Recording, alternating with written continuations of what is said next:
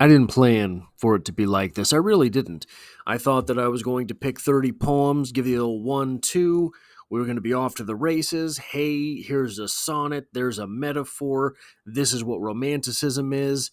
And we would just do poetry paint by numbers for 30 days, celebrating National Poetry Month. We were going to go through some of the big hitters of poetry and just give the basics. But when push comes to shove, these poems, they're all so much more interesting than that. There's so much more than the basic stuff going on, and that is exactly, once again, what it is that we have today. Welcome to Strip Coverlet, where we squeeze the bigger picture out of literature. I'm Adrian Ford, and we are here for another poetry discussion, talking about some Robert Frost. This video will appear in 3 separate playlists here on the channel. Number 1 being the poetry discussion playlist, now approaching 700 videos strong. Number 2, the 30 must-read poems playlist. 30 poems, 30 videos in a row that are just like this.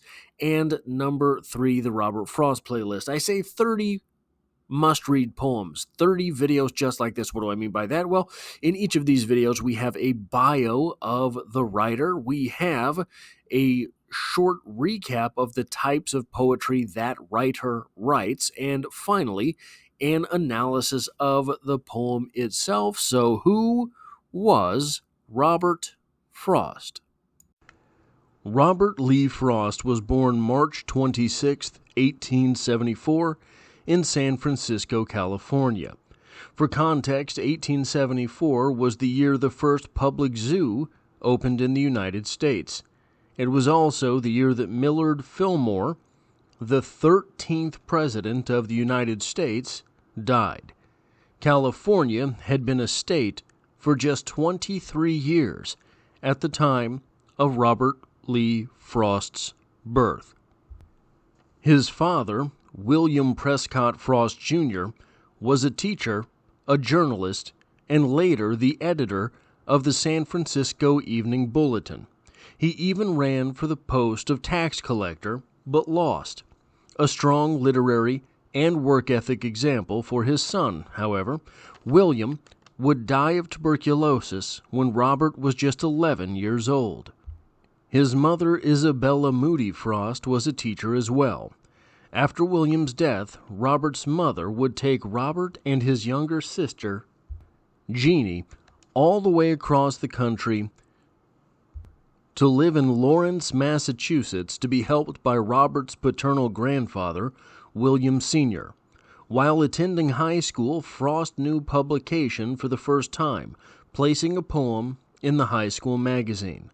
But he made money for his writing for the first time in 1894 when My Butterfly, an Elegy, was published in The Independent for $15.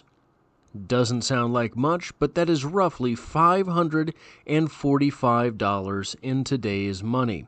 December of the next year, Robert married Eleanor White.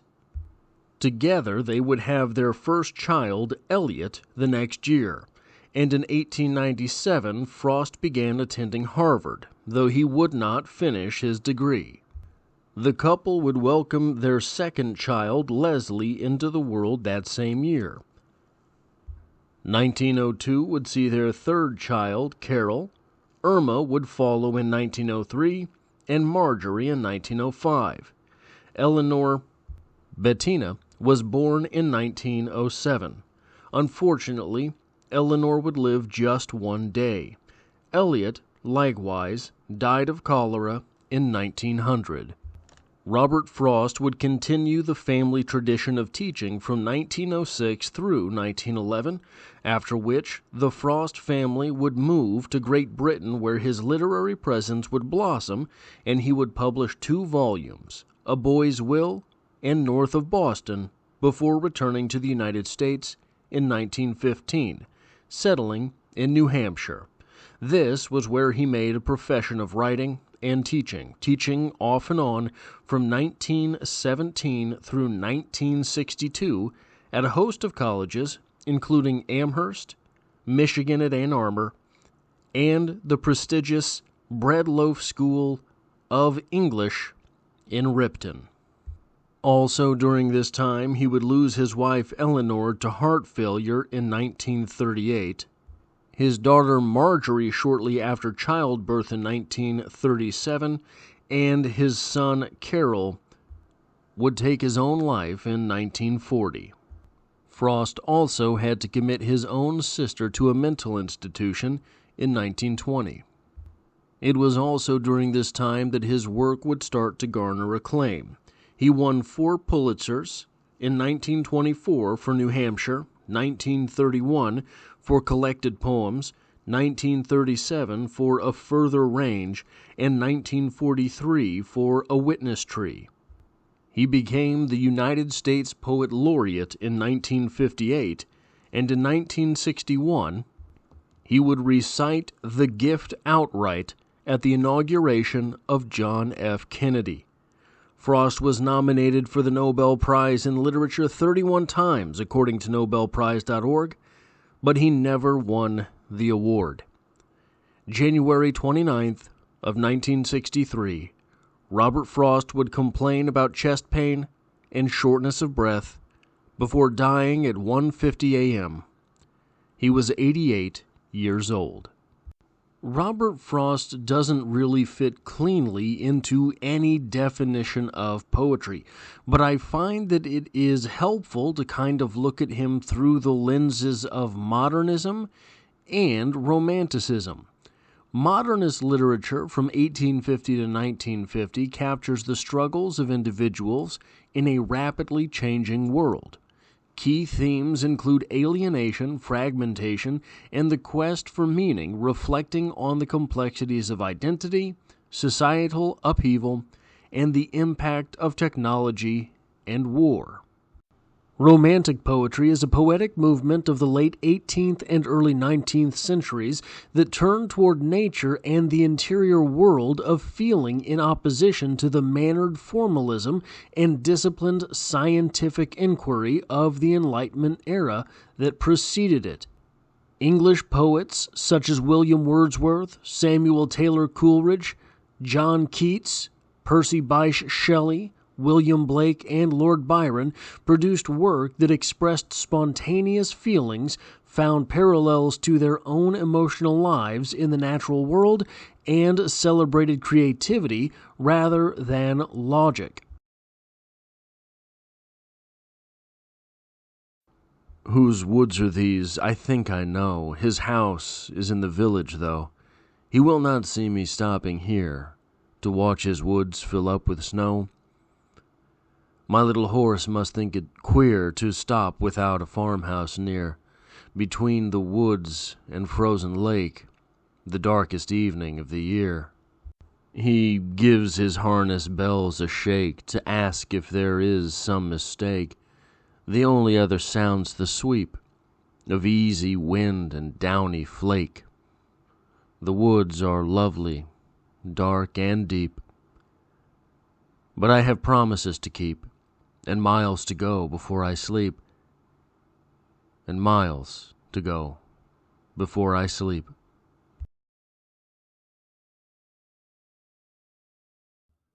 So with this poem, the very first thing that we can do is we can appreciate this poem for the romantic tilt of the poem itself. We are stopping in nature to appreciate nature, and our horse, an extension of nature, is saying, hey, we got stuff to do. And our speaker says, man, boy, it sure is lovely out here in the dark with the snow and the wilderness, but I have human responsibilities to keep up, right? There will be no shortage of interpretations you will find of this poem that say just that. This is a romantic poem. It is about nature. It is about the human toil dragging us away from nature. That horse just knows we're supposed to be somewhere. And the speaker in that last stanza, when we are looking at the woods, oh man, The woods are lovely, dark, and deep, but I have promises to keep and miles to go before I sleep, and miles to go before I sleep. Appreciation for nature. The woods are lovely, dark, and deep. Human toil carrying us away, but I have promises to keep. And a return to our baser needs. Sort of a return to the things that make us animals, and miles to go before I sleep. I have to sleep. But let's not stop there. It seems this entire series, no matter how hard I have tried, and I have tried, my goal setting this series out was I'm going to take 30 of the sort of best known poems that kind of happenstance in their way into um, English classes, English college classes, English 101s, English 201s, 237s, etc. And a lot of people, a lot of students find this channel, and basically they use these videos to get an idea about what to write a paper about, and that's probably your paper. My goal with this series was to stop there.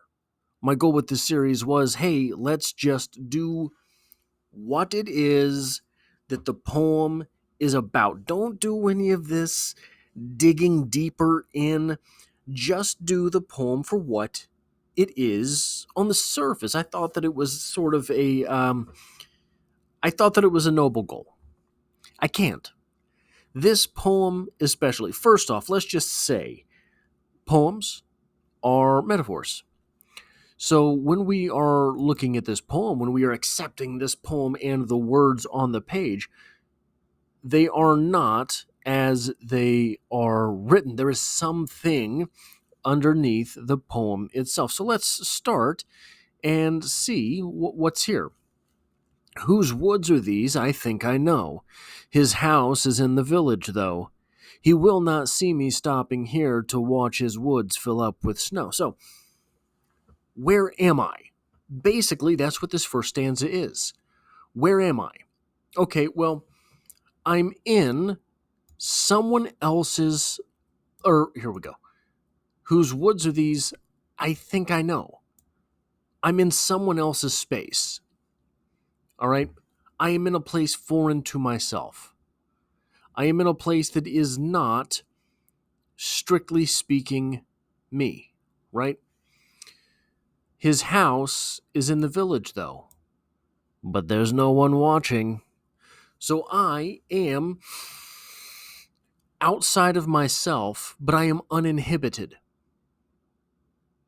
He will not see me stopping here. No one's watching to watch his woods fill up with snow. This weather that's happening, the weather, the nature, that's going to come back. This weather that's happening, I am outside of myself, and there are extenuating circumstances. I'm going to sit back and watch those circumstances for a moment. Something's not right. It's not 70 and cozy. It's snowy, right? Something is uncomfortable. Something is putting me off base. I'm going to eye that for a while. My horse must think it queer to stop without a farmhouse near, between the woods and frozen lake, the darkest evening of the year. My little horse. What is this? Oh, it's nature. Oh, it's an animal. Okay, yeah. That horse is business. That horse is the business end. It not literally money exchange business, but business end. We're going to do something. That horse is my motivation. That horse is my way to get around. I am stopping my motivation. I am discontinuing my ability to get around. Maybe you see where we're going now. This extenuating circumstance, this sickness, if you will, this discomfort has come over our speaker, and he is stopping all forward progress. This sounds a little like depression, doesn't it? So, the motivation part of me, the business end of things, must think it's strange for me to stop here. My motivation, my business end thinks, hey, what are you doing? Why are you stopping? Why are you laying down for an entire evening? Why are you doom scrolling on Instagram? Why are you spending hours on Twitter? Why are you looking at YouTube in this fashion? Between the woods and frozen lake, the darkest evening of the year. The woods are mystery. The frozen lake is the former vitality, the former life force, water, that is now frozen over. I think there's a bee in my apartment. This will be interesting in a moment. So the life force, water, has frozen. The mystery, the subconscious of the woods, that's there though, and we're stopping here, baby. And it's the darkest time of the year. It's the darkest time of the year. That's just a one-for-one translation if we're looking at something like depression. If we're looking at something like mental illness. He gives his harness bells a shake. Who does? That horse, that business. My motivation, my liveliness says, hey, no, come on, guys, we got to go. To ask if there is some mistake. Hey, I know you're looking at the clock. It's 3 p.m., not 3 a.m. You're supposed to be awake. That's what's going on there. The only other sounds the sweep of easy wind down and downy flake. There's that old jerk, that frozenness. There's that old jerk, that disease. There's that old jerk, not feeling it. Then we get here. These woods are lovely, dark, and deep. That's subconscious. It's lovely, dark, and deep. That subconscious that's causing all of these problems. Filling up with the snow, filling up with this unease. It's lovely, dark, and deep. So, darkness, we get that, right? Deep, so we don't know how far it goes. We know it's very dark and we can't see. We have no idea, looking through, how far this darkness, this subconscious goes. Here's the really troubling one. So dark and deep, you get that, right? If we're using this poem as a metaphor for something like depression, it is dark and it is deep. You don't know, it is dark, you cannot see through it. It is deep, you don't know how long it goes. Lovely. That's the troubling one. That's the one that says, hey, this darkness, this depression, this illness, this whatever it is that you want to call it, it's bad, man, but it's where I feel comfortable. I'd like to stay. What happens if you stay there? Carl Jung felt a depression coming on when he was, I think he was in his 30s when this happened. And he went with it. He said, people always try to fight this. I'm going to go with it. We're just going to see where it takes me, baby. Yeah. It was not good. Carl Jung got weird, okay? That's the best case scenario, getting real weird. The worst case scenario is there's no more dark deepness, right? So here's where we turn things back. but I have miles to go, but I have promises to keep. So this deep, dark subconscious, I love it here, but I have things I have to do. I have children to take care of. I have a mother to tend to. I have a financial, a romantic relationship. Maybe that tells you what I think about relationships, but a Freudian slip while we're talking about Carl Jung. Um, People count on me, so I have to make something work here. I have to do something else here. And then that ending there, and miles to go before I sleep, and miles to go before I sleep. These responsibilities, I have promises to keep, and miles to go before I sleep. Does that leave you particularly at ease?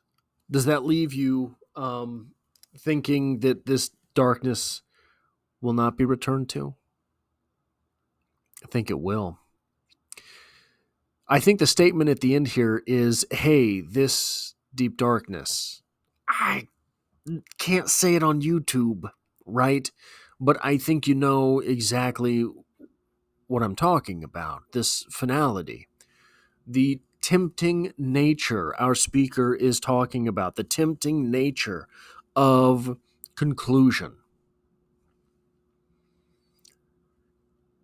is dark and it is deep.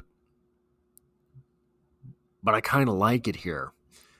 But there are people counting on me, and I have miles to go before I return to darkness. Miles to go. I have promises to keep. There are people counting on me, and miles to go. I'm going to come through there. I'm going to come through there. But this loveliness,